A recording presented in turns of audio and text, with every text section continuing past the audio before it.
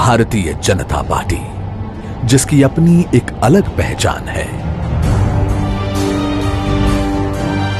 ये केवल एक राजनीतिक दल नहीं, एक आंदोलन है। विचारधारा जिसका प्राण है, जिसके सिद्धांतों में निष्ठा है, जो भारतीय संस्कृति के गौरवशाली अतीत से प्रेरणा लेते हुए मां भारती को परम वैभव की ओर ले जाने को संकल्पबद्ध है। भाजपा एक आंदोलन।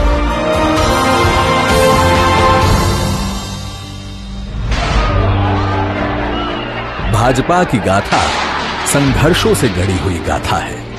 ये गाथा है अनगिनत देशभक्तों की, लाखों करोड़ों कार्यकर्ताओं की और ऐसी विभूतियों की जिन्होंने अपने अटूट विश्वास और अथक परिश्रम से इतिहास की धारा को मोड़ दिया, देश की राजनीति को नई दिशा दी, राष्ट्र प्रेम और देशभक्ति की अलख जगाई।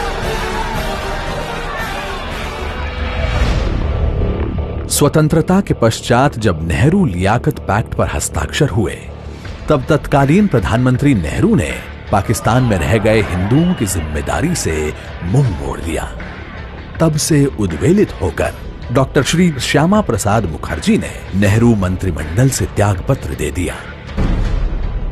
नेहरू के पाश्चात्य प्रेम से ऐसी नीतियां बनने लगी जिनमें भारतीय संस्कृति सुरक्षित नहीं रह सकती थी।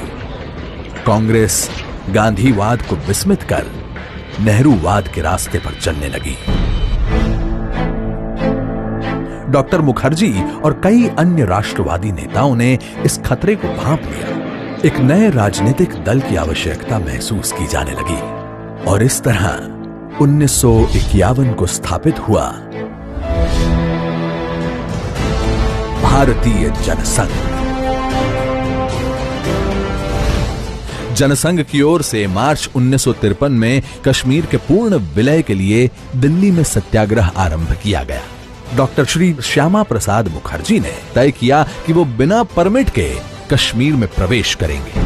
उन्होंने सिंह गर्जना करते हुए कहा था कि एक देश में 2 विधान, 2 निशान और 2 प्रधान नहीं चलेगा।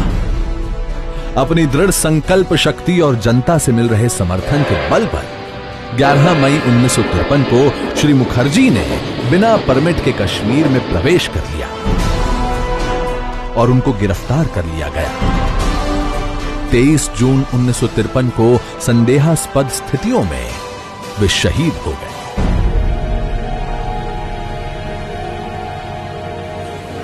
देश में शोक की लहर दौड़ गई।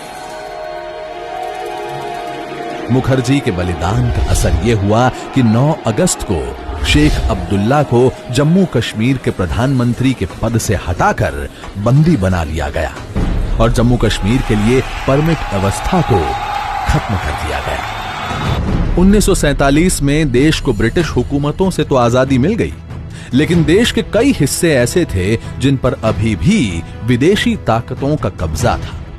इन क्षेत्रों की मुक्ति के लिए पार्टी ने गोवा मुक्ति आंदोलन चलाया, पौंडीचेरी दादर हवेली की स्वतंत्रता के लिए अभियान चलाया, पश्चिम बंगाल के बेरुबारी को पाकिस्तान के हाथों में सौंपने का तीव्र विरोध किया, कच्छ समझौते के विरुद्ध आंदोलन किया और गौ हत्या के विरुद्ध अभियान चलाया।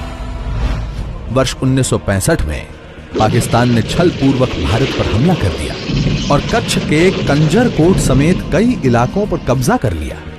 जनसंघ ने इसका विरोध किया और देश भर से जुटे 5 लाख लोगों ने दिल्ली आकर फौज न हारी, कौम न हारी, हार गई सरकार हमारी का नारा दिया। जनसंघ के समर्थन से तत्कालीन प्रधानमंत्री लाल बहादुर शास्त्री को हिम्मत मिली और भारतीय सेना ने पाकिस्तान पर विजय पा ली। और इसके बाद देश में आया वो दौर जिसे भारतीय लोकतंत्र का सबसे स्याह दाग माना जाता है, आपातकाल। आपातकाल के दौरान तमाम बड़े विपक्षी नेताओं को जेल में डाल दिया गया और उन्हें यातनाएं दी गई। राष्ट्रीय स्वयंसेवक संघ पर भी प्रतिबंध लगा दिया गया। जनसंघ के हजारों कार्यकर्ताओं ने अग्रिम पंक्ति में खड़े होकर आपातकाल के दंश को झेला। और 1977 के चुनाव में जनता पार्टी के नेतृत्व में देश को नई सरकार मिली। पर भारतीय राजनीति का यह पहल प्रयोग ज्यादा दिन नहीं चल पाया और आपसी लड़ाई व कांग्रेस के षड्यंत्रों के कारण सरकार गिर गई और 6 अप्रैल 1980 को जनता पार्टी से अलग होकर भारतीय जनता पार्टी का गठन हुआ।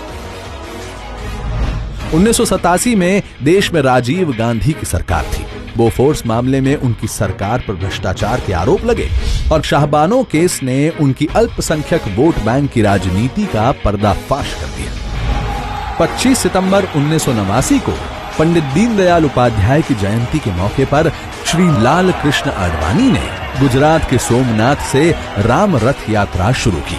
देश के जिस भी भाग से ये यात्रा निकली, इसे अपार जन समर्थन मिला। इस यात्रा ने न केवल भारतीय जनता पार्टी की राजनीति को बदल कर रख दिया, बल्कि देश के भविष्य को भी एक नई राह दी। 1991 का वो दौर जब आतंकवाद अपने चरम पर था, उसी दौरान भाजपा ने कश्मीर के लाल चौक पर तिरंगा फहराने का निर्णय लिया। दिसंबर 1991 में भाजपा के तत्कालीन अध्यक्ष डॉक्टर मुरली मनोहर जोशी के नेतृत्व में एकता यात्रा निकाली गई। श्रीनगर के लाल चौक पर 26 जनवरी 1992 को तिरंगा फहराकर डॉक्टर जोशी ने भारत की एकता और अखंडता का संदेश दिया।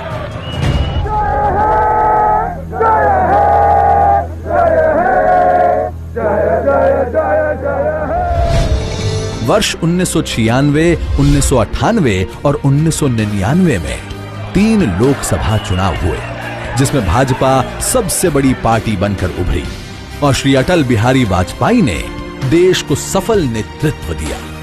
इसके बाद भाजपा को विपक्ष में बैठने का निर्णय मिला और भाजपा ने यहां भी एक सजग और जनता की आवाज उठाने वाले सशक्त विपक्ष की भूमिका निभाई।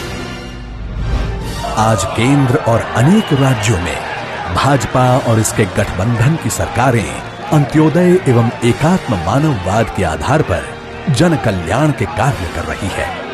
आज भाजपा विश्व की सबसे बड़ी पार्टी है। इस पार्टी को लाखों करोड़ों कार्यकर्ताओं ने सींचा है और आज भी इसके समर्पित कार्यकर्ता नेपथ्य में रहकर मां भारती की सेवा कर रहे हैं।